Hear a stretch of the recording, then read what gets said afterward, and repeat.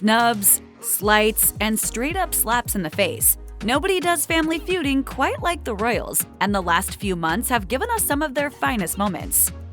In his first Christmas speech as monarch, King Charles honored his late mother, Queen Elizabeth II, addressed Britain's cost of living crisis, and celebrated the work of the Prince and Princess of Wales. The king even highlighted the importance of community spirit. We see it in our health and social care professionals, our teachers, and indeed all those working in public service.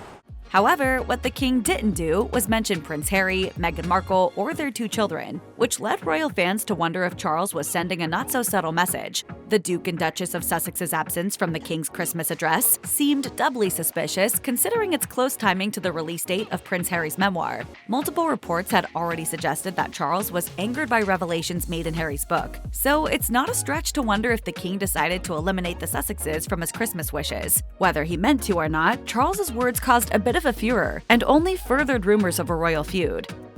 The royal family traditionally celebrates Christmas at Sandringham, their country estate in Norfolk, England.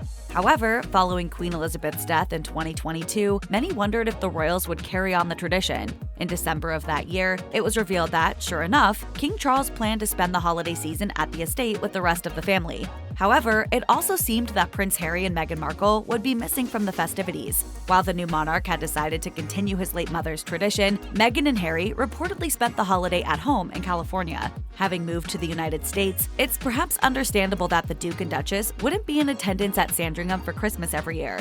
After all, a transatlantic flight with two young children in tow is likely exhausting. Still, many royal fans appeared to see the couple's absence as a snub, with some wondering if Harry and Meghan had willingly turned down an invitation from the king to reunite with the rest of the clan.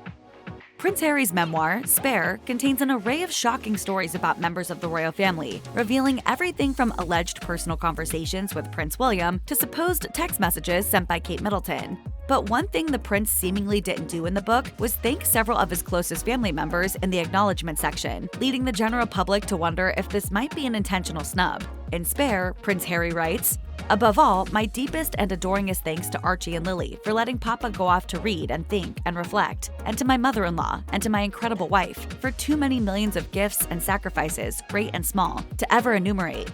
He also found time to thank the likes of Tyler Perry, Oprah Winfrey, and Chris Martin, as well as Princess Diana's siblings, while failing to even mention his late grandmother, Queen Elizabeth, his father, King Charles, or his brother, Prince William. Boom.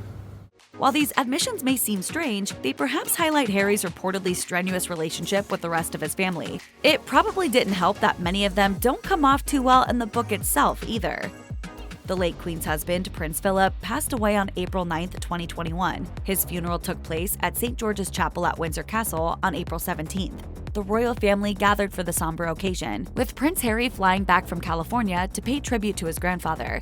However, according to the Daily Mail, Harry wasn't exactly welcomed back into the fold during the service. The tabloid noted that Harry was seen speaking with his brother Prince William and Kate Middleton, but Princess Anne, Prince Edward, and Sophie, the then Countess of Wessex, apparently stayed away from Harry altogether.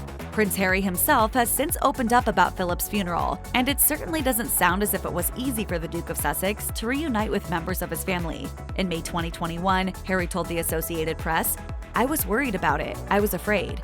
Harry even turned to lessons he'd learned during therapy to deal with the anxiety he felt about the situation, saying, "It definitely made it a lot easier, but the heart still pounds."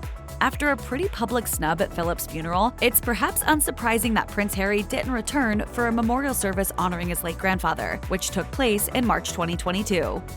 King Charles likely thought that his coronation weekend would be a joyous affair. However, Charles faced multiple knockbacks during the planning stages of the event, with many big stars allegedly refusing to perform at the coronation concert.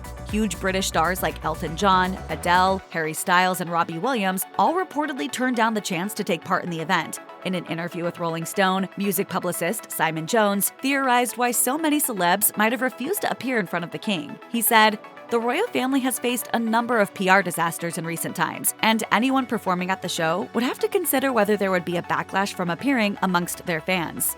After being reportedly snubbed by a number of artists, the coronation planners managed to land boy band Take That, singer Lionel Richie, and composer Andrew Lloyd Webber for the event. Following the release of Prince Harry's memoir, royal family relations seem to be worse than ever. I don't think that we can ever have peace with my family unless the truth is out there.